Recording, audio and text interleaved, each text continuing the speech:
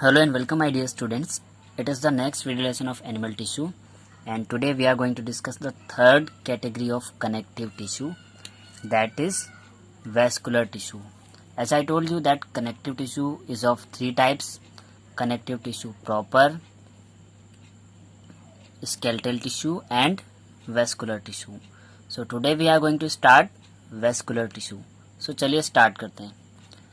So first of all अगर बात करें तो it is the fluid connective tissue in which fibre is absent.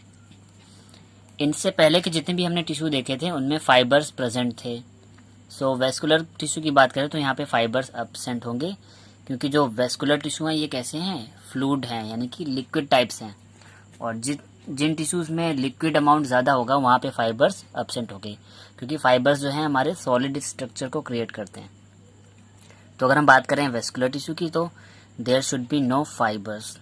तो इस वजह से हमारे जो वेस्कुलर टिश्यूज़ हैं वहाँ पर फाइबर एब्सेंट हैं.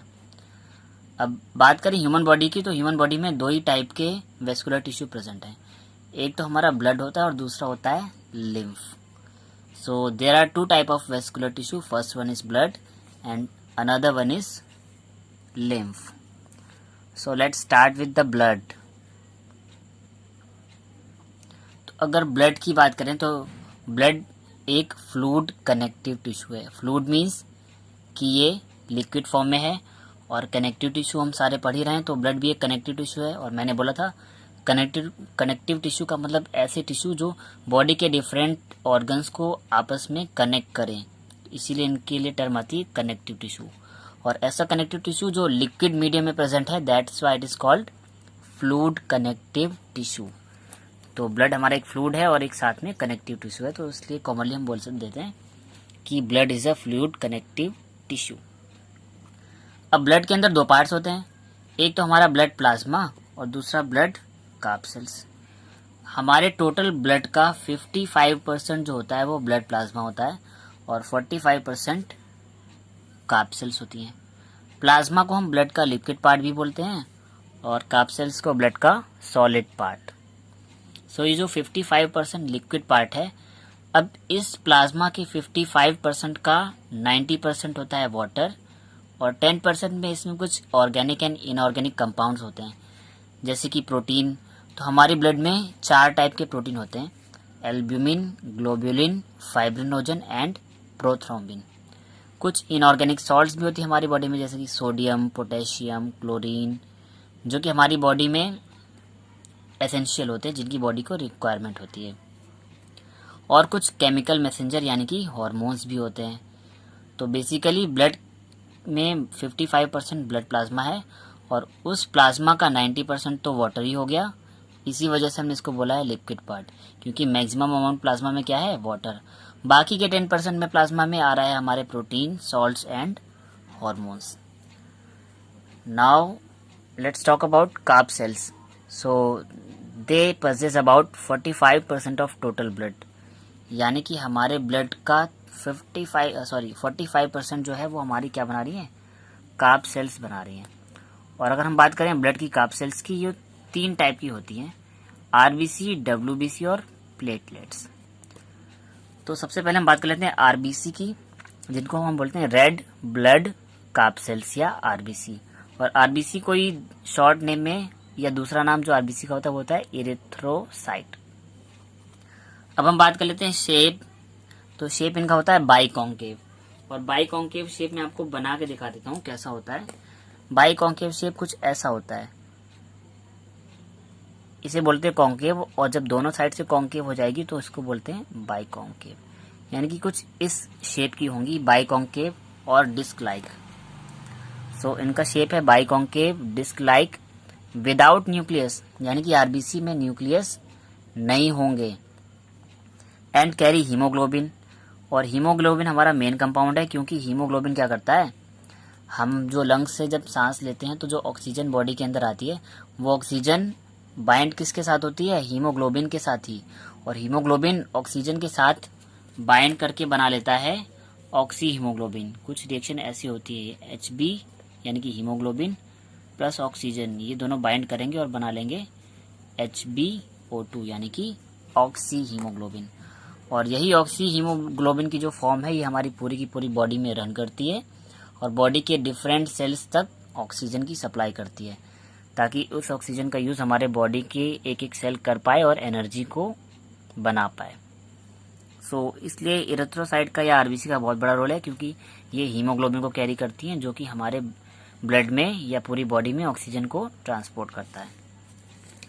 नाउ और second one category is WBC और वाइट ब्लड कार्ब सेल्स। तो जान लेते हैं डब्ल्यूबीसी क्या होती है। डब्ल्यूबीसी बेसिकली जो है हमारी वाइट कलर की सेल्स होती हैं और ये इम्यून सेल्स होती हैं, यानी कि इम्यूनिटी से रिलेटेड। तो अब ये इम्यूनिटी से रिलेटेड हैं, तो ये क्या करेंगी भाई, पहली बात तो उनका शेप कैसा है, अमीबॉइड। अमीबॉइड शेप का मतलब होता है कोई प्रॉपर शेप नहीं होता है, इरेगुलर शेप होता है, और विथ वन और मैनी लोब्ड न्यूक्लियस, यानी कि यहाँ पे जो न्यूक्लियस है, पहली बात तो लोब होंगे न्यूक्लियस में कई सारे, और हो सकता है न्यूक्लियस में एक लोब हो और एक से ज़्यादा लोब भी प्रेजेंट हो सकते हैं। तो जब हम आरबीसी पढ़ रहे थे तो आरबीसी में कोई भी न्यूक्लियस नहीं था और शेप आरबीसी का था बाइकॉन्केव। बट डब्ल्यूबीसी यानी कि वाइट ब्लड कार्ब सेल या ल्यूकोसाइट की बात करें तो यहाँ पर इनका शेप है इरेगुलर यानी कि अमीबॉइड, और इनके जो न्यूक्लियस हैं वो न्यूक्लियस में कई सारे लोब्स प्रेजेंट होते हैं, हो सकता है सिंगल लोब हो और हो सकता है एक से ज़्यादा लोब भी हों, और दे डिस्ट्रॉय फॉरेन पार्टिकल और other bacteria and release antibodies. Means जो डब्ल्यूबीसी का काम क्या होता है, हमारी बॉडी में जितने भी फॉरेन पार्टिकल्स हैं, यानी कि जो पार्टिकल बॉडी के बाहर से आते हैं जो बॉडी को इन्फेक्ट करते हैं, उनसे बॉडी को प्रोटेक्ट करती है, यानी कि वो फॉरेन पार्टिकल को क्या कर देगी, डिस्ट्रॉय कर देगी, या जितने भी बैक्टीरिया हैं जो हमारी बॉडी को इन्फेक्ट करेंगे उन्हें भी डिस्ट्रॉय कर देगी। एंड रिलीज एंटीबॉडीज, कोई भी फॉरेन पैथोजन अगर बॉडी के अंदर एंटर करता है तो हम उसे बोलते हैं एंटीजन, और उस एंटीजन से बचने के लिए बॉडी क्या बनाती है, हमारी एंटीबॉडीज। तो एंटीबॉडीज क्या करते हैं, उस एंटीजन के इफेक्ट को न्यूट्रलाइज कर देते हैं, यानी कि एंटीजन फिर हमारी बॉडी को अफेक्ट नहीं कर पाता, यानी कि हमारी बॉडी को नुकसान नहीं पहुंचा पाता है। तो ओवरऑल हमारी बॉडी के प्रोटेक्शन में बहुत बड़ा रोल होता है डब्ल्यूबीसी का, क्योंकि ये फॉरेन पार्टिकल को डिस्ट्रॉय करेंगी, बैक्टीरिया को भी किल कर देंगी और एंटीबॉडीज भी बना रही हैं हमारी बॉडी में, जो कि हमारी इम्यूनिटी को बढ़ाएंगे। Now let's talk about the third one category, that is blood platelets और थ्रोम्बोसाइट। तो ब्लड प्लेटलेट्स बेसिकली होती तो स्पिंडल शेप है और इनका मेन फंक्शन होता है ब्लड क्लॉटिंग। और अगर ब्लड क्लॉटिंग आपको नहीं पता है तो समझ लीजिए, जब आपको कोई इंजरी होती है, चोट लगती है, तो आपकी उस इंजर्ड टिश्यू से ब्लीडिंग होनी स्टार्ट हो जाती है, और वो ब्लीडिंग क्लॉट होती है, यानी कि वो ब्लड जो है वो बहना बंद क्यों होता है, इन ब्लड प्लेटलेट्स की वजह से। ये क्या करती हैं, उन इंजर्ड टिश्यू में जो ब्लड आ रहा होता है उस ब्लड के पाथवे को ब्लॉक कर देती हैं और वहाँ से ब्लड लॉस होना बंद हो जाता है, और इस तरह से हमारी बॉडी से ये ब्लड लॉस को बचा लेती हैं। तो हमने जान लिया एक आउटलुक ब्लड के बारे में, जो कि हमारा पहला वेस्कुलर टिश्यू था, और ब्लड की तरह ही सेम हमारा दूसरा वेस्कुलर टिश्यू है, दैट इज लिम्फ। तो लिम्फ भी हमारा कैसा है, ब्लड की तरह ही, it is also a fluid connective tissue, यानी कि ये भी एक फ्लूइड कनेक्टिव टिश्यू है, लिक्विड मीडियम का है।